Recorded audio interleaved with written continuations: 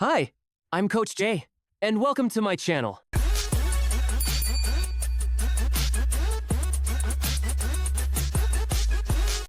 So, balik na naman tayo sa issue ng work from home, return to office, at saka hybrid setup dito sa Pilipinas.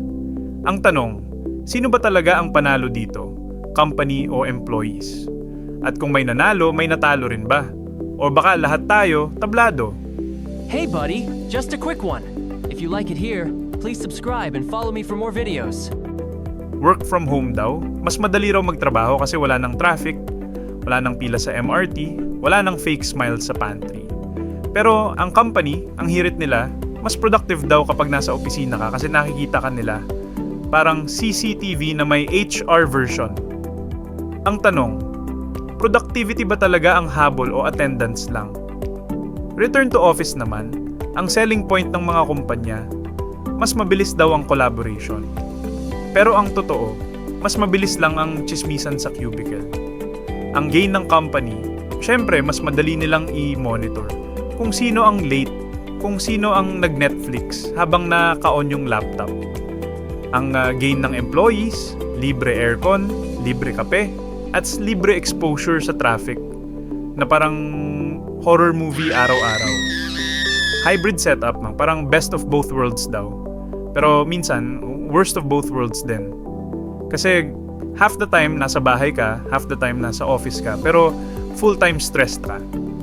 Ang company, ang gain nila dito, mas madali nilang i-justify na we're flexible. Ang employees, ang gain nila, at least may choice kahit papano.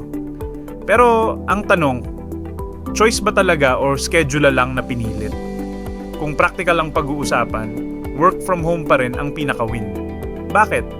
Mas tipid sa kuryente ng kumpanya, mas tipid sa gasolina ng employees, mas tipid sa pollution ng environment. Ang economy, nakikinabang kasi mas maraming tao ang may oras gumawa ng side hustle.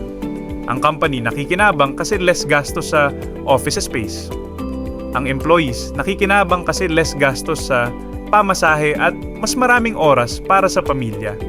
At kung may nagsasabi na hindi productive ang work from home, baka hindi employees ang problema, baka management style. Kasi kung kaya mong mag-deliver kahit nasa bahay, ibig sabihin hindi location ang issue, kundi leadership. Bakit kailangan pang pilitin ang return to office? Ang tunay na tanong, mas mahalaga ba sa kumpanya ang output o ang attendance sheet? At sa buhay natin, mas mahalaga ba ang oras na ginugugol sa biyahe o ang oras na ginugugol sa pamilya? Kung ang sagot mo ay attendance, baka hindi trabaho ang problema mo, baka priorities. Hindi location ang tunay na sukatan ng trabaho, kundi kung kaya mong mag-deliver. Kung nasa bahay ka man o nasa opisina, kung wala kang output, wala ring silbi ang attendance mo. Kaya kung ang kumpanya mas obsessed sa pagbilang ng oras kaysa sa resulta, baka hindi employees ang may problema. Thanks for watching. Don't forget to subscribe and follow me for more videos.